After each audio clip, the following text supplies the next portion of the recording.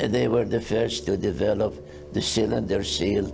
It contains here a depiction of a solar system, which is an amazing one. It's a cylinder seal. This is what it depicts: a solar system, complete solar system, with the sun in the center. If you compare it to what we know about our solar system, not by stretching the planets, but as if they orbit the sun, you see that between Mars and Jupiter, there is one more so-called unknown planet. I'm a liar! Yeah, I'm a liar! Shalom, shalom, my Abirim, and greetings, my YouTube Mishpaha, and welcome back to Bible on a Bicycle. Dang it!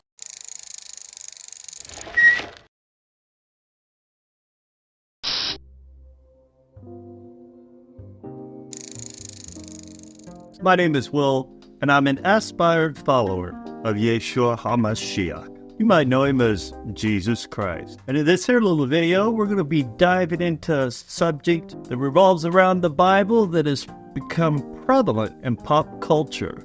That is the whole ancient astronaut theory that gods, including the God of the Bible, are actually some kind of ancient extraterrestrial aliens from another planet. This ideal isn't a new one. It's been around for a number of decades in the science fiction community. But back in 1968, Eric von Daniken published a book called Chariot of the Gods. And it was with that publication that the seed was planted and the ideal of ancient astronauts gained popularity. A few years later, an older gentleman named Zecharia Sitchin came onto the scene and published his book, The 12th Planet.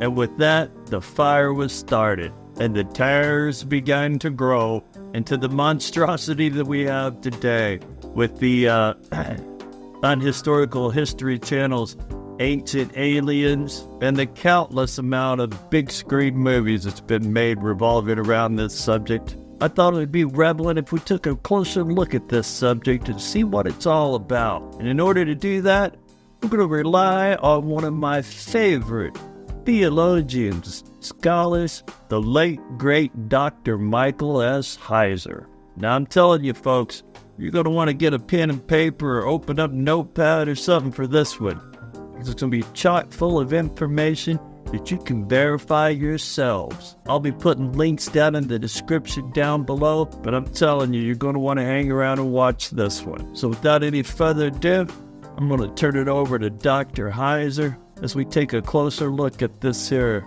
ancient aliens, and specifically Zecharia Sitchin and his work, The 12th Planet. Alrighty then. They were the first to develop the cylinder seal. It contains here a depiction of a solar system. The cylinder seal that a lot of ancient astronaut proponents put out as evidence of advanced knowledge of the solar system, at least on the part of the Sumerians and the Akkadians, sometimes referred to as the 12th planet seal. It's popularized by Zecharia Sitchin. The scholarly nomenclature for this is cylinder seal VA 243 in the Berlin Museum. Supposedly, this shows the sun and 11 other dots, so that we have this idea of 12 planets in the solar system.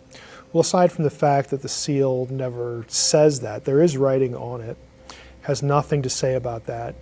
And in terms of the way these things are portrayed, you don't have dots representing planets in a lot of ancient Near Eastern iconography.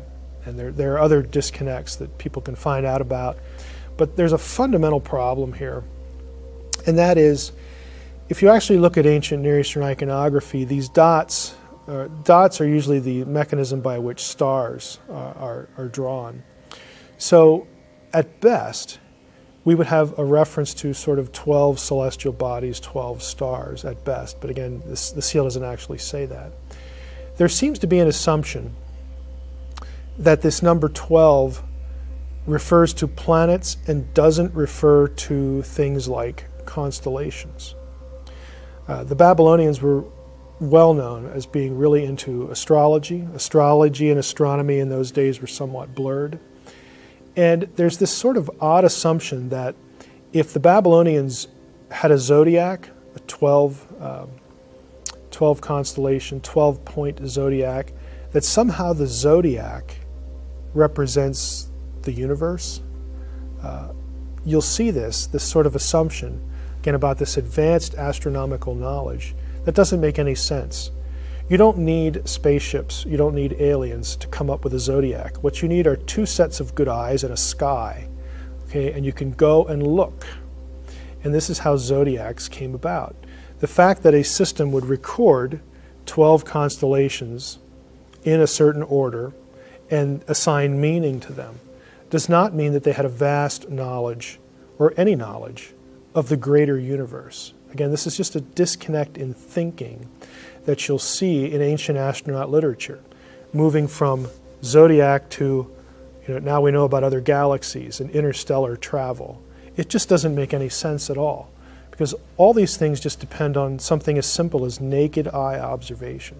The gods of so-called mythology were actually physical beings, that they came from another planet, that they were here, that they did this, that they did that. We know that because of the Sumerians, when the Elohim, which is the equivalent of the biblical Nephilim, biblical and Sumerian Anunnaki. There are actually other terms besides Anunnaki for the Anunnaki.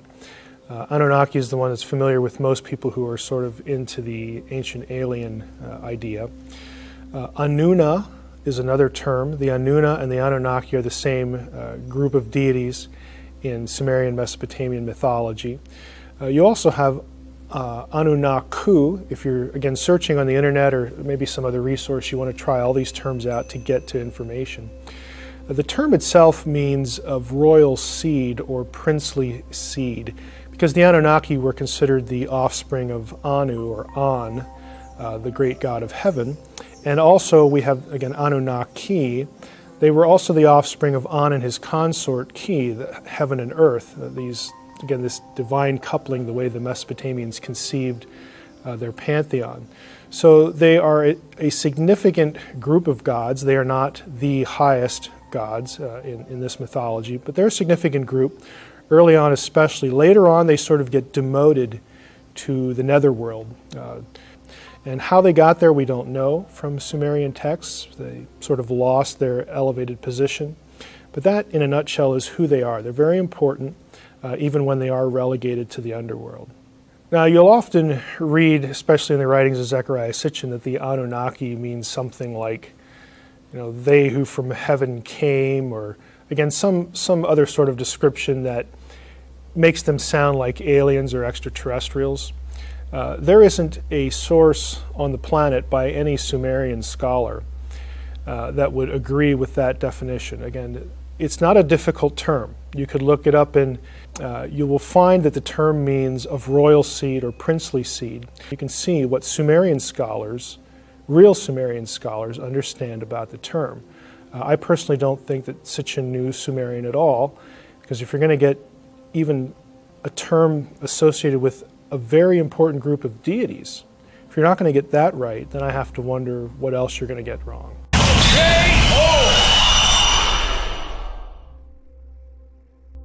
I often get sent pictures of what are purported to be and what to our eye looks like some sort of serpentine feminine figure, some sort of figurine or idol or something from Mesopotamia, with some note about, here's an Anunnaki. The Anunnaki are the reptilian race that controls the planet, yada, yada, yada. Well, these figures are actually very well known. They are from, in many cases, a site called Ubaid, or the Jemdet Nasser period, in Mesopotamian archaeology. The problem for the ancient astronaut theorist is that all of these figurines are pre prehistoric. Just go up, Google them, Google Ubaid, U-B-A-I-D, on the internet with figurine and put something in like serpent or reptile or something. You're going to get information on them. They're all prehistoric sites, which means, by definition, they were created and put there before writing. Why is that important? Because there has never been a single shred of writing, single piece, single tablet, single line of anything that has these figurines identified. There is no basis, there's no evidence in Mesopotamian archaeology, in the history of the field, that connects these figurines with the Anunnaki. That is an entirely invented connection. So right away you have a fundamental problem. You cannot use these figurines as proof of the worship of the Anunnaki when we have no idea, at least if we care what the Mesopotamians said, or in this case couldn't say because they couldn't write yet. If we care about what the Mesopotamians left us, if we're going to honor that, we can't make these claims. They have no basis in the evidentiary record. But this is something that people who promote these ideas just never seem to come across or conveniently ignore for the sake of their audience, because they want you to believe that, wow, some archaeologists found an Anunnaki. Well, no, they didn't. They found a figure that sort of looks like a reptilian head or a serpent figure or something. And about that, serpents and serpent iconography, serpent idols and whatnot are fairly common in the ancient Near East, and I think the reasons are fairly simple. Serpents were often looked at as figures associated with healing and rebirth and life. And the reason for that is simple. You're dealing with a pre-scientific culture, and to them, when they see a serpent shed its skin, it speaks of rebirth, almost as if it's being reborn, regenerated, made new. So it naturally became a symbol for regenerative power, healing power, and regeneration. So the fact that serpent figures were venerated in such a way isn't surprising to me at all. But there's actually no evidence that connects them in any way with the Anunnaki. And so this is another point that Sitchin has literally invented. Why you lying? Why you always lying? And one of the oddities you'll see when you read the works of Zecharia Sitchin and those who follow him are taking a term like Nephilim and somehow getting a translation like those who came down, again trying to make them sound like ancient astronauts, or people of the fiery rockets. Both of those translations are demonstrably incorrect in biblical Hebrew. I think the latter one is just patently absurd. But they're incorrect, and we know they're incorrect because the idea of coming down or who were sent down, you can't really get there if you think Nephilim came from the Hebrew verb nafal, which means to fall. It would be spelled entirely differently in the Hebrew Bible if the meaning was to be sent down. The other issue is that the normal Hebrew word for come down is yarad, which is not nafal, very obviously. And so these sorts of meanings are contrived. They really have no basis in Hebrew grammar or Hebrew vocabulary. When I started to get into Zecharia Sitchin's work, I naturally, again, this is the way academics think, I wanted to establish his credentials. And to this day, I haven't been able to find, nor have other people whom I've asked to help, people who like Sitchin, I've never been able to find any actual credentials of him knowing any of the languages or being credentialed in any way in ancient Near Eastern studies. And so again, that leads me to suspect that we have, again, an amateur here who got interested in this idea and sort of ran with it. But I have not been able to find a single credential that would qualify him to speak as a scholar in these areas, or that would help other scholars sort of look at him as someone in the guild, someone that they can sort of view as a peer. Without those credentials, they're not going to give him the time of day.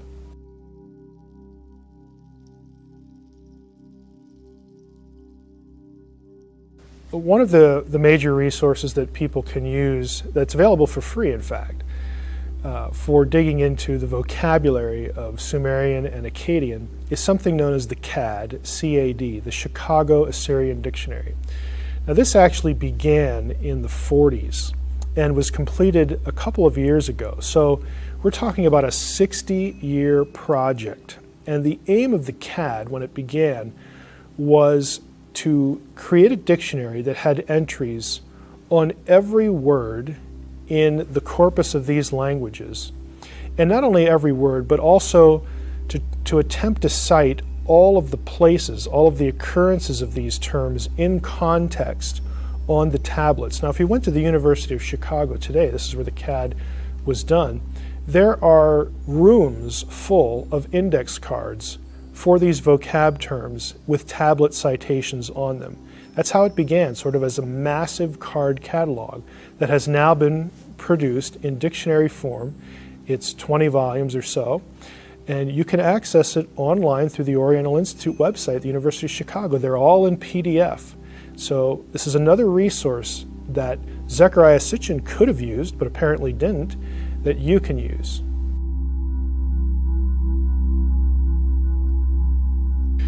The average person can access Sumerian and more broadly Mesopotamian material these days through two means. One would be anthologies. These are English translations of large portions of what's available to translate in terms of cuneiform tablets. There are a number of anthologies out there. I have this information on my podcast website and on some of my other websites. Anthologies are good. They include all the major epics. These are all the major epics that Sitchin quotes from: Enuma Elish, Atrahasis, Gilgamesh. You can find them in English translations all over the place. I would not trust so much the ones that are on the web. You're going to have to invest a little money if you're serious to get the most up-to-date scholarly translations, but you can get them. The other thing you can do is there are some databases online that allow you to search through Sumerian texts. And I have a video on my website, www.sitchiniswrong.com. If you go there and you click on the Anunnaki tab, I will show you how to search through something called the Electronic Text Corpus of Sumerian Literature. I'll show you how you can search for all the occurrences of the word Anunnaki and then click through to English translations of all those occurrences. You can find this material, and I would encourage you to do so because you can check up on Zecharia Sitchin, you can check up on me. When I claim that there are no texts, there are no tablets that have, for instance, the Anunnaki on Nibiru or associated with Nibiru, that Nibiru isn't a planet beyond Pluto. When I say those things, how easy would it be to prove me wrong if you knew how to search for those terms? It'd be real easy. And I encourage you to check up on me, check up on everybody else, and do the work. You can access this material and know who's telling you the truth. Well, there you have it. Now, let me tell you, folks, when I first heard about all this hoopla back in the day, growing up as a young boy, reading about these firsthand, reading the Charity of the Gods and the 12th Planet, amongst other publications on the subject, I found it enthralling. Coming from the background of comic books and sci-fi movies, well, it was very, very appealing to a young mind. And I could see why a lot of people would buy into it. I mean, at face value, Eric von Daniken and Zecharia Sitchin seemed like very intelligent and trustworthy individuals. But when you start digging into the facts of the matter, you come to find out the God of the Bible is real, and he's true. And he ain't no little green man from outer space. Amen. Now that we've established that, I hope you take advantage of the information provided in this here little video. As Dr. Heiser said, don't take my word for it. Don't take Dr. Heiser's word for it. Go out and do the research yourself. He provided plenty of ways to go do that. And I'll put as many links as I can find down below to those resources. And once you do that, once you share here with us what you found on this subject or your opinions on this here subject in the comments down below. While you're down there, you know the routine. If you're not already subscribed, why not hit that subscribe button right down there? While you're at it, give us a little bit of love with that thumbs up. And of course, as always, make sure you hit that share button. Share this little video with any friends or family members that you think might benefit from or enjoy watching this video as well. Hope to see you here next time. And until next time, remember, Yeshua, Jesus loves you. And so do I.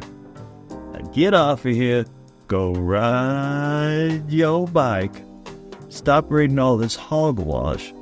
And go read your Bible.